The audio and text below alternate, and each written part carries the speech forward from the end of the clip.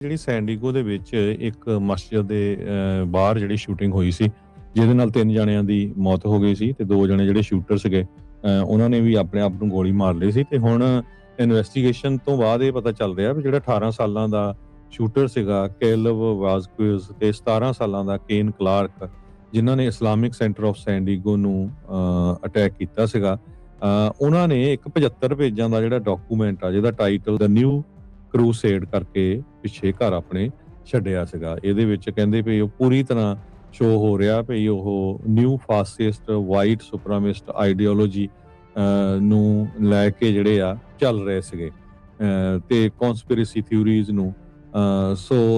ਜੋ ਅਟੈਕਰ ਸੀਗਾ ਇਹ ਦੋਨੋਂ ਹੀ, ਇੱਕ 18 ਸਾਲਾਂ ਦਾ ਸੀ, ਇੱਕ 17 ਸਾਲਾਂ ਦਾ। ਇਹਨਾਂ ਦੀ ਮੌਤ ਹੋ ਗਈ ਬਾਅਦ ਚ ਸੈਲਫ ਇਨਫਲਿਕਟਿੰਗ ਗਨ ਸ਼ਾਟ ਤੋਂ। ਪਰ ਉੱਥੇ ਇੱਕ ਸਿਕਿਉਰਿਟੀ ਗਾਰਡ ਜਿਹਦੇ ਕਰਕੇ ਜਿਹੜਾ ਬਹੁਤ ਵੱਡਾ ਜਿਹੜਾ ਭਾਣਾ ਵਾਪਰਨ ਤੋਂ ਬਚਾਅ ਹੋ ਗਿਆ, ਨਹੀਂ ਤਾਂ ਉੱਥੇ ਬਹੁਤ ਵੱਡੀ ਗਿਣਤੀ 'ਚ ਬੱਚੇ ਸੀਗੇ, ਉਹਨਾਂ ਦੇ ਉੱਤੇ ਬਹੁਤ ਵੱਡਾ ਜਿਹੜਾ ਹਮਲਾ ਆ ਹੋ ਸਕਦਾ ਸੀਗਾ।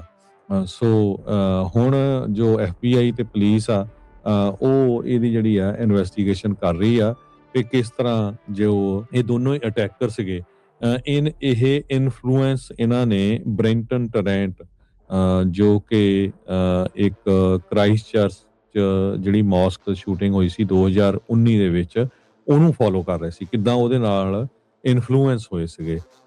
75 ਪੇਜਾਂ ਦਾ ਜਿਹੜਾ ਡਾਕੂਮੈਂਟ ਆ ਦਾ ਨਿਊ ਕਰੂਸੇਡ ਕਰਕੇ ਇਹ ਜਿਹੜਾ ਉਹਨਾਂ ਨੇ ਤਿਆਰ ਕੀਤਾ ਸੀਗਾ। ਉਹਦੇ ਵੱਲ ਦੇਖ